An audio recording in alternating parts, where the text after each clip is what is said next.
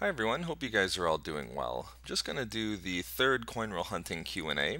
I think that we have some really great questions here, and I'm just going to answer two questions because I'm pretty sure the first one is going to take a while to explain. But as always, as I've mentioned in the previous Q&As, please feel free to leave your comments and opinions down below. Not only would I appreciate hearing them, but I'm also sure the person asking the question would appreciate the variety of answers as well. But let's jump right into our first question here. It comes from somebody who's new to the hobby of coin roll hunting, and they're just wondering, is it worth the time for the money that you make?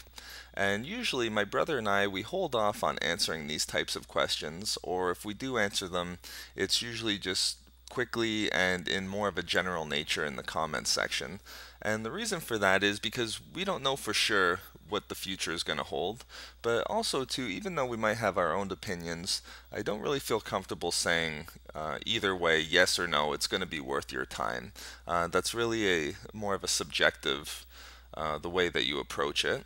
But just with my own opinion, with the volume that we do, again, right now we're just doing one nickel box, and before we were doing two penny boxes.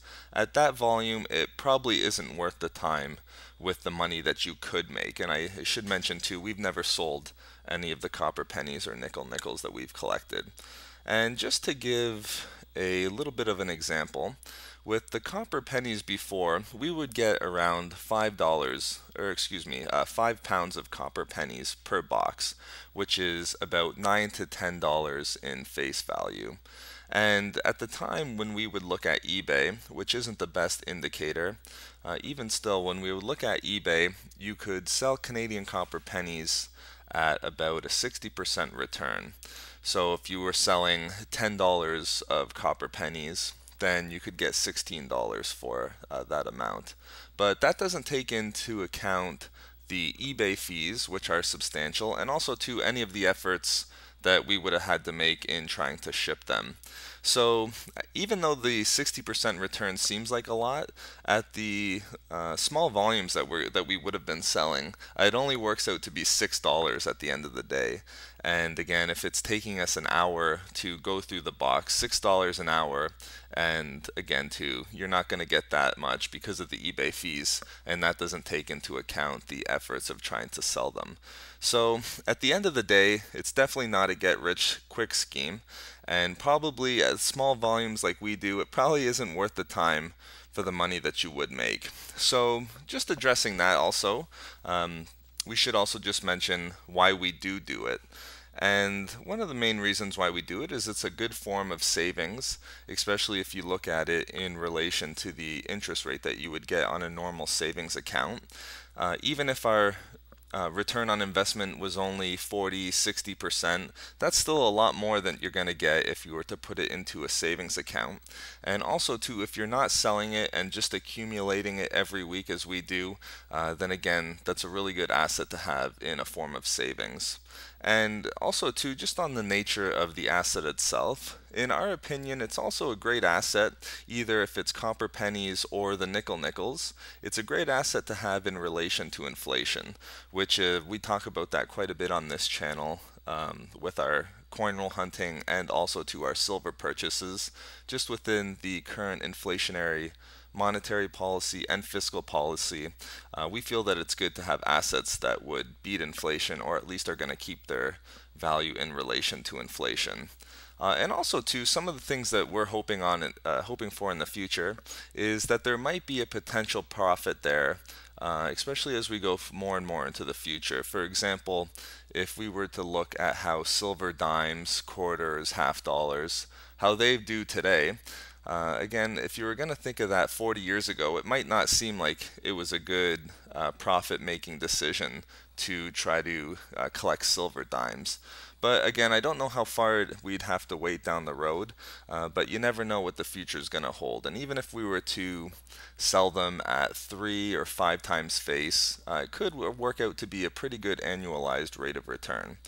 And then finally, again, why we do it, and I mention this all the time, it really is a great and fun hobby to do. Again, it's not just the copper pennies or nickel nickels that you would get. You would also try to find some of the more rare and numismatic coins if you could. and of course those are going to be worth a little bit more than even for their metal value, either the copper or nickel. So at the end of the day, definitely not a get rich quick scheme. And again, at the small volumes, it's probably not worth the time for the money that you would have made. But again, too, there's many other reasons why you would want a coin roll hunt, in my opinion. And that's not even to say that there isn't anyone out there who isn't making money off of it.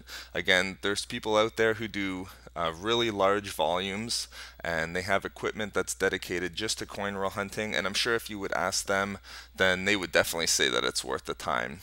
For the money that they make. But again, I don't have any experience doing that. We just do 1 or 2 boxes every week.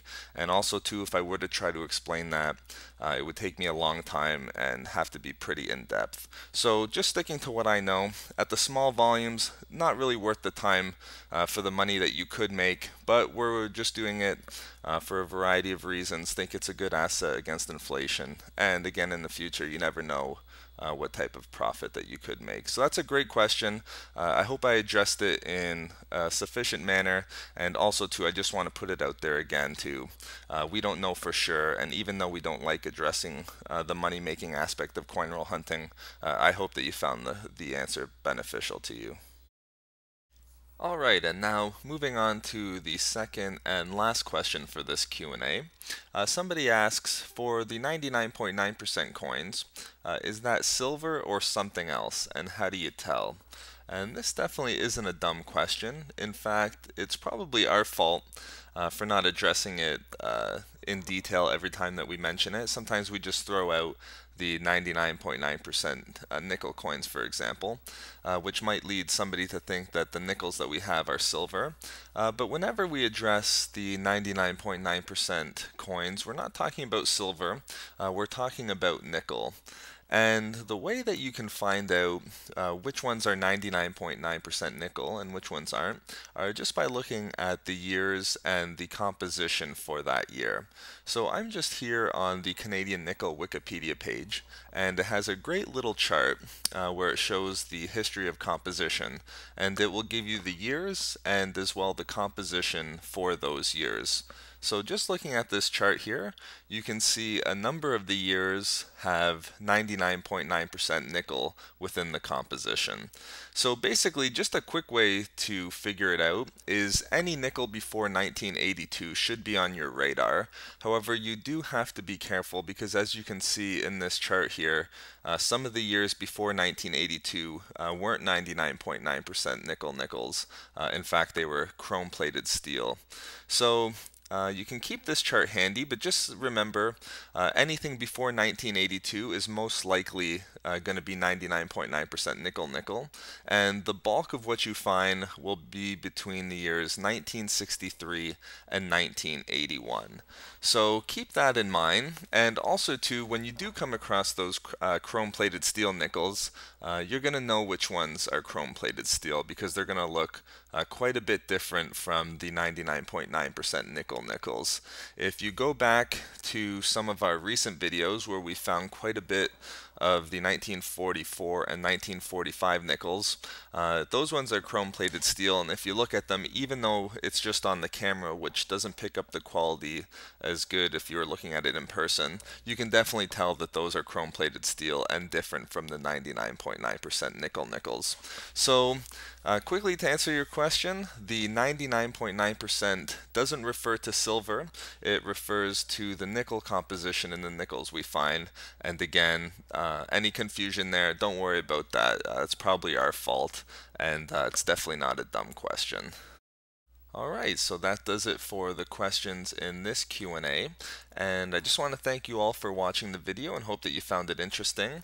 Also too, I hope I didn't butcher the answer to the first question this time around, and I hope I didn't come off as saying that there's no return possible. It should be evident from just the fact that we're doing it that we do hope that there is some return, or think that there will be some in the future, and I mostly took the standpoint of that question from our own experience, where we're just hand sorting through a couple boxes of pennies and nickels week to week. And also too, I took it as more if you wanted to try to coin roll hunt a small amount a week, and then also to try to sell that amount week to week. but the answer could be different, of course, as I mentioned, if you're accumulating week to week and hoping to sell down the road, or doing large volumes and have experience and know what you're doing there. But again, thank you very much for watching. Please feel free to leave your comments and opinions down below. I definitely appreciate that. Also too, if you enjoyed the video, if you could like or subscribe to the channel, we also greatly appreciate that as well. But thanks so much for watching, everyone. I'll see you next video.